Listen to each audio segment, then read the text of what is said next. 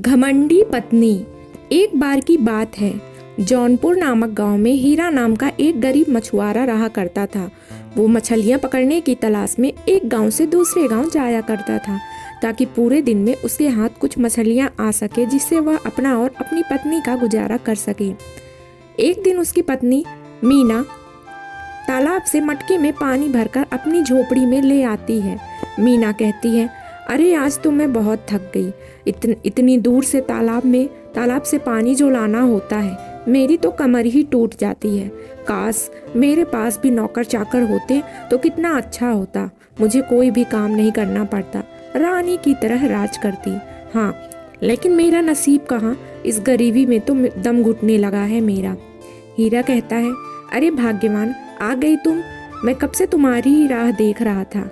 देखो भाग्यवान, मैं मछली की तलाश में पास वाले गांव की नदी में जा रहा हूँ। तुम्हें तो पता ही है, अपने गांव की नदी में मछलियाँ बची ही नहीं हैं।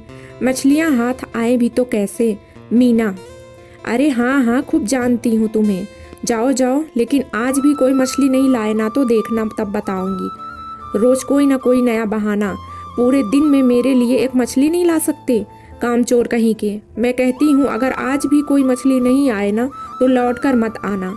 हीरा कहता है, अरे तुम भी ना भाग्यवान, समझती नहीं। कैसे समझाऊं तुम्हें। मछलियाँ हाथ आएगी तभी तो लाऊंगा ना। खैर जाने दो। अच्छा, अब मैं चलता हूँ। मीना कहती है, अच्छा ठीक है।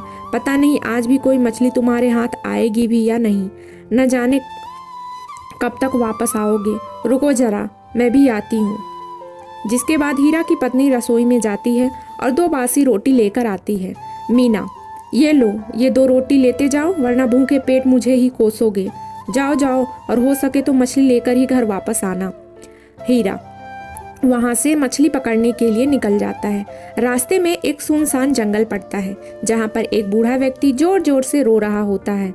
बूढ़ा कहता है, अरे कई दिनों से कुछ खाया नहीं है, बहुत भूख लगी है भैया, मुझे कोई कुछ खाने को दे दो। लगता है भूख के मारे मेरे तो प्राण ही निकल जाएंगे। हीरा कहता है, अरे तुम क्यों रोते हो। तुम कोई साधारण भिखारी तो लगते नहीं हो। तुम्हारे पास इतने सारे चांदी के सिक्के हैं, इन्हें बेच के कुछ खा क्यों नहीं लेते। बूढ़ा कहता है, हाँ सही कहा तुमने, मेरे पास ये चांदी के सिक्के तो है, लेकिन मैं बहुत ही अभागा हूँ। मैं इन्हें खा नहीं सकता। मुझे पेट भरने के लिए रोटी चाहिए। रोटी, मैं तो इतना अभागा हूँ कि चल फिर भी नहीं सकता।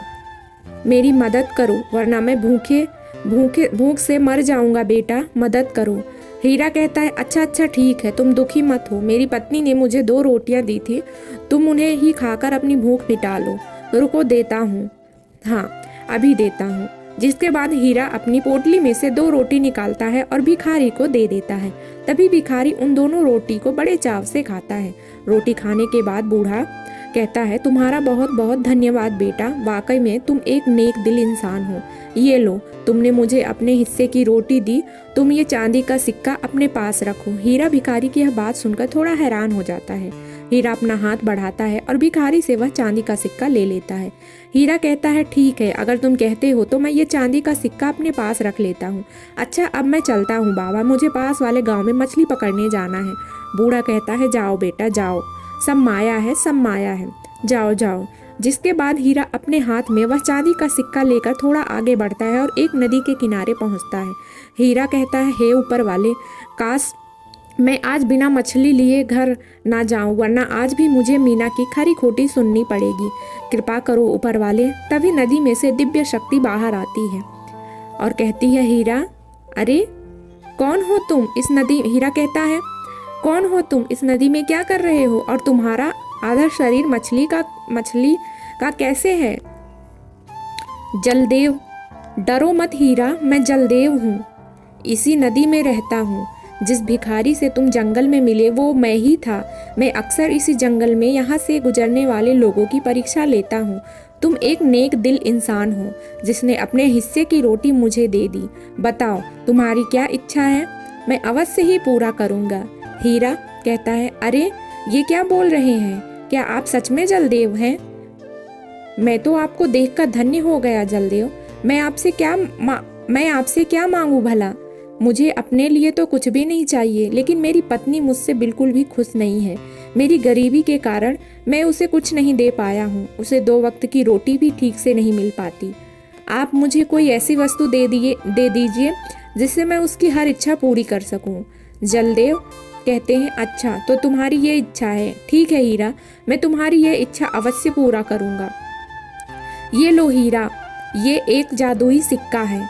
ये तुम्हारी पत्नी की हर इच्छा पूरी करेगा। लेकिन याद रहे हीरा, जब भी तुम्हारी पत्नी में किसी भी कारणवश अहंकार का भाव पैदा होगा तो इसका दुष्परिणाम भी अवश्य ही होगा। हीरा कहता है, ठीक है, मैं आपकी कही बात का ध्यान रखूंगा। अच्छा, अब मैं चलता हूँ। मेरी पत्नी मेरी राह देखती होगी। घर आने के बाद मीना कहती है, अरे आ गए तुम, मैं कब से तुम्हारा इंतजार कर रही थी। आज कोई मछलियाँ लाए हो या नहीं? आज भी कहीं मुझे भूखा ही ना सोना पड़े। हीरा कहता है, अरे हाँ, क्यों नहीं, अभी लाता हूँ मछली, जरा रुको भाग्यवान। हीरा हाथ आगे करते हुए, हे जादुई सिक्के, मुझे खूब सारी मछलियाँ चाहिए। हाँ, खूब सारी। हीरा के इतना कहते ही वहाँ पर खूब सारी मछलियाँ आ जाती है। यह देखकर उसकी पत्नी हैरान हो जाती है। मीना कहती है, अरे ये क्या, इतनी सारी मछलियाँ, अरे वाह वाह, लेकिन ये सब इस सिक्के के कारण हुआ है। लगता है ये कोई जादुई सिक्का है। अरे आखिर कहाँ से मिला तुम्हें ये सिक्का, बताओ मुझे। हीरा अपने साथ हुई सारी घटना अपनी पत्नी को बताता है।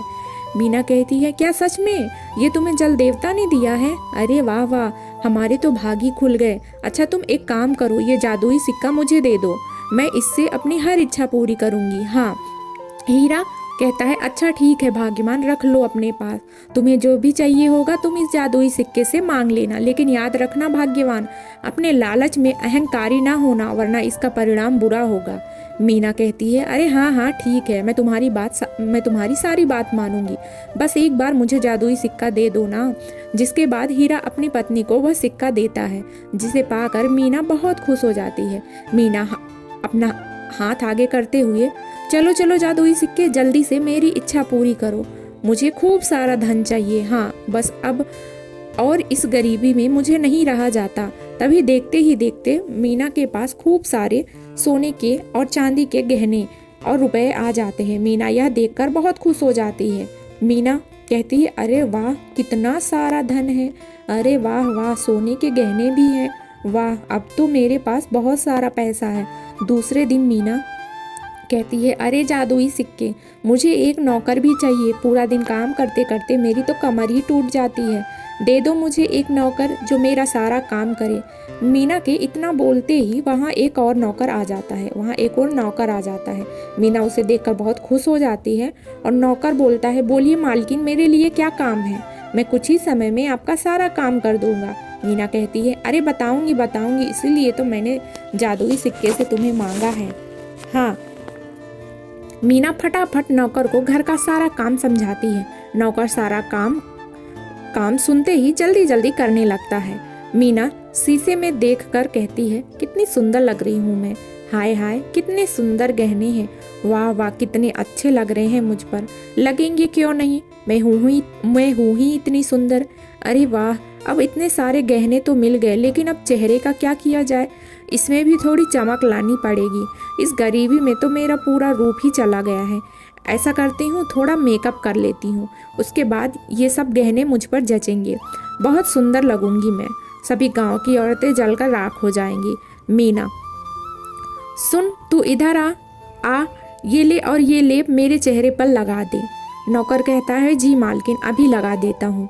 मीना कहती, अरे वाह वाह, बड़ा ही आनंद आ रहा है, इसके बाद तो सब जल भुनकर राख हो जाएंगे। नौकर कहता है, ये लीजिए मालकिन, हो गया काम। जिसके बाद मीना अपना चेहरा शीशे में देखती है, जो बिल्कुल लाल हो चुका होता है और बेहद ही डरावना लग रहा होता है। मीना कहती है, अरे रे ये क्या हो गया, सत्यानाश हो इसका, ये क्या कर दिया इसने, पूरा चेहरा खराब कर दिया इसने मेरा। नौकर कहता है, अरे मालकिन, मैंने आपका कहा सारा काम कर दिया है। मीना कहती है, अरे ये देख तूने मेरे चेहरे को क्या कर दिया, मेरा चेहरा देख कितना बदसूरत लग रहा है। नौकर कहता है, अरे मालकिन, आपने ही तो कहा था लेप लगाने को, अब इसमें मेरा क्या दोष है मालकिन, मीना कहती, अच्छा तो तू कहना क्या चाहता है, मेरी ही सारी गलती है। वाह वाह, उल्टा चोर कोतवाल को डांटे। भगवान क्या करूं मैं इसका, अब यहाँ खड़े मत रह और जा तालाब से पानी लेके आ। नौकर कहता है, अच्छा मालकिन, जो आपकी इच्छा। तभी थोड़ी देर बाद मीना गांव के बाजार की तरफ अपने सारे गहने पहनकर निकलती है। वहाँ मालती कहती है, अरे रे ये क्या हुआ मीना, तेरा चेहरा तो देखो टमाटर की तरह लाल लग रहा है। अरे क्यों री मीना, आजकल टमाटर सब्जी में नहीं डालती क्या, मुंह पे लगाती है। तभी दूसरी औरत कहती है, इस मीना के तो दिन ही बदल गए। मालती कहती है, हाँ बिल्कुल सही बोल रही हो दीदी, जरा इसके गहने तो देखो। अरे वाह, इतने गहने, इतने तो पूरे गांव में किसी के पास नहीं होंगे जितने ये पहन कर बैठी है। दूसरी औरत कहती है, अरे वाह री मीना, आखिर कौन सी जादुई पुड़िया हाथ लग गई है तेरे, जो इतने सारे गहने पहने हैं। क्या सच में कोई जादुई पुड़िया तो नहीं मिल गई तुझे। मीना कहती है, देखो ये सब गहने मेरे हैं, समझी तुम।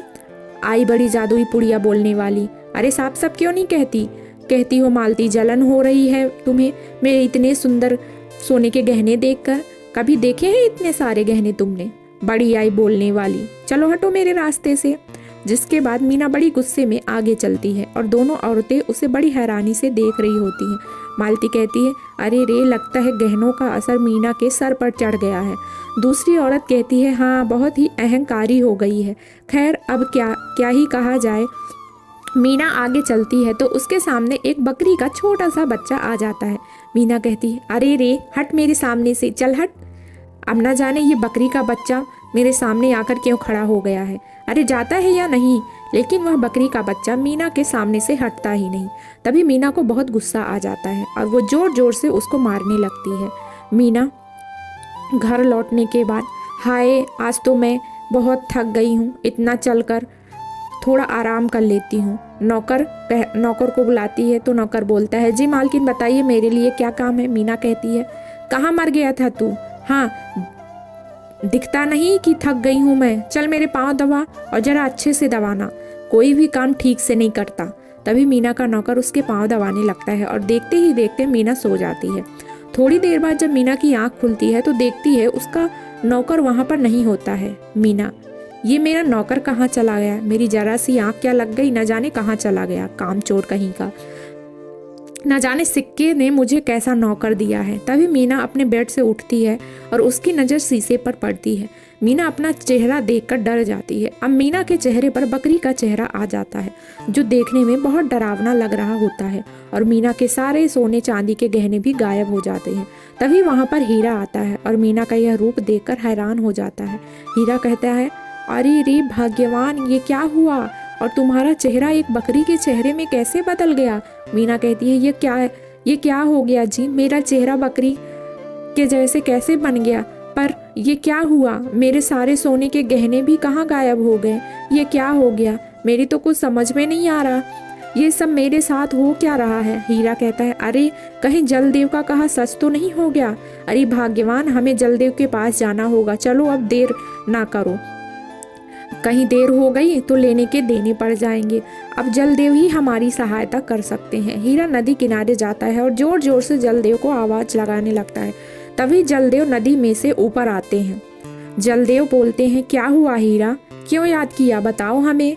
हीरा प्रणाम करता है जलदेव को और कहता है, ये देखिए मेरी पत्नी को क्या हो गया है, इसका चेहरा तो बकरी का बन गया है, देखिए कितना डरावना लग रहा है, अब हम क्या करेंगे जलदेव। जलदेव कहते हैं, हीरा ये जो कुछ भी हुआ है तुम्हारी पत्नी के अहंकार की वजह से ही हुआ है।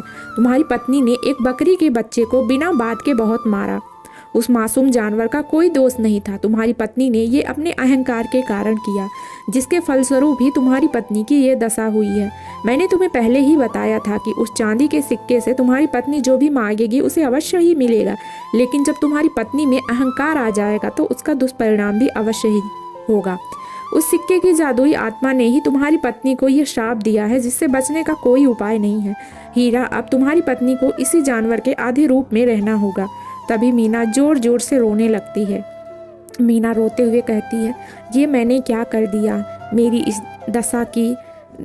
दशा की मैं ही दोषी हूँ, अपने अहंकार वश में मैंने अपना सर्वनाश कर बैठी, मुझे उसके साथ ये सब नहीं करना चाहिए था।